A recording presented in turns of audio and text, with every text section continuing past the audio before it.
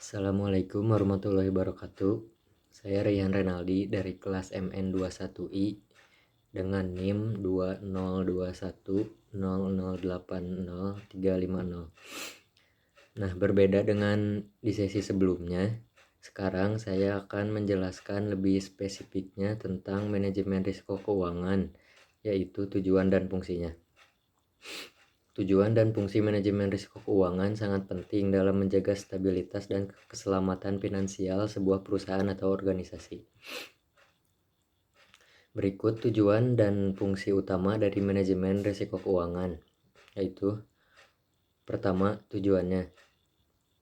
Yang pertama ada untuk melindungi nilai aset. Salah satu tujuan utama manajemen risiko keuangan yaitu melindungi nilai aset perusahaan dari potensi kerugian finansial. Ini termasuk melindungi aset dari risiko seperti fluktuasi nilai tukar, perubahan suku bunga, dan perubahan harga komoditas. Yang kedua, dari tujuan manajemen risiko keuangan yaitu untuk mengurangi kerugian finansial.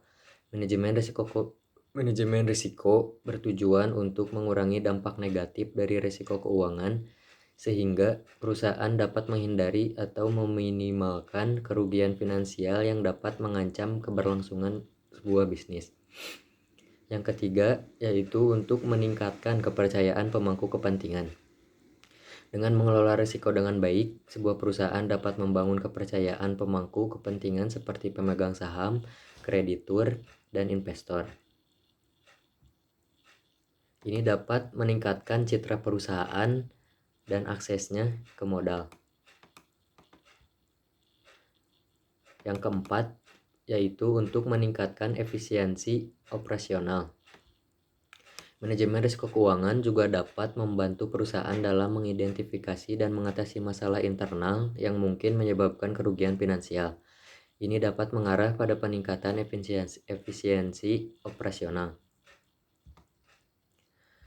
Selanjutnya saya akan menjelaskan fungsi dari manajemen risiko keuangan.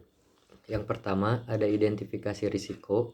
Fungsi pertama dari manajemen risiko adalah mengidentifikasi semua potensi risiko keuangan yang mungkin mempengaruhi perusahaan. Ini mencakup risiko pasar, risiko kredit, risiko likuiditas, risiko operasional, dan lain sebagainya. Yang kedua, dari fungsi manajemen risiko keuangan yaitu evaluasi risiko. Setelah risiko diidentifikasi, langkah berikutnya adalah mengevaluasi dampak dan probabilitas masing-masing risiko. Hal ini membantu perusahaan untuk memprioritaskan risiko dan menentukan risiko mana yang harus dikelola dengan lebih intensif. Yang ketiga, yaitu pengembangan strategi manajemen risiko. Manajemen risiko harus mengembangkan strategi untuk mengelola sebuah risiko tersebut. Ini dapat mencakup penggunaan instrumen keuangan seperti derivatif, diversifikasi portofolio, atau juga pengendalian internal. Yang keempat yaitu fungsinya mengimplementasi tindakan pengendalian risiko. Setelah strategi manajemen risiko dikembangkan, tindakan pengendalian risiko harus diimplementasikan. Hal ini mungkin melibatkan perubahan dalam kebijakan, prosedur, atau investasi.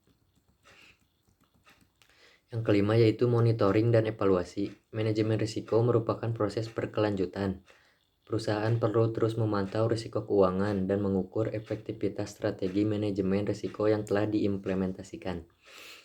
Jika risiko berubah atau strategi tidak berhasil, perusahaan perlu melakukan penyesuaian. Dan yang terakhir dari fungsi manajemen risiko yaitu pelaporan dan komunikasi. Perusahaan harus berkomunikasi secara efektif dengan semua pemangku kepentingan terkait risiko keuangan, termasuk pemegang saham, regulator, dan kreditur.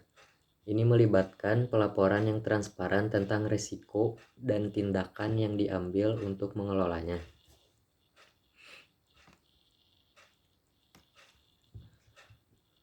Nah, jadi manajemen risiko keuangan merupakan aspek yang sangat penting dalam menjaga kesehatan keuangan dan keberlangsungan suatu bisnis dalam perusahaan. Dengan mengidentifikasi, mengukur, dan mengelola risiko dengan baik, perusahaan dapat menghindari potensi kerugian finansial yang signifikan dan tentu saja dapat memaksimalkan peluang dan pertumbuhan. Sekian presentasi untuk memenuhi tugas sesi 2 dari saya. Assalamualaikum warahmatullahi wabarakatuh.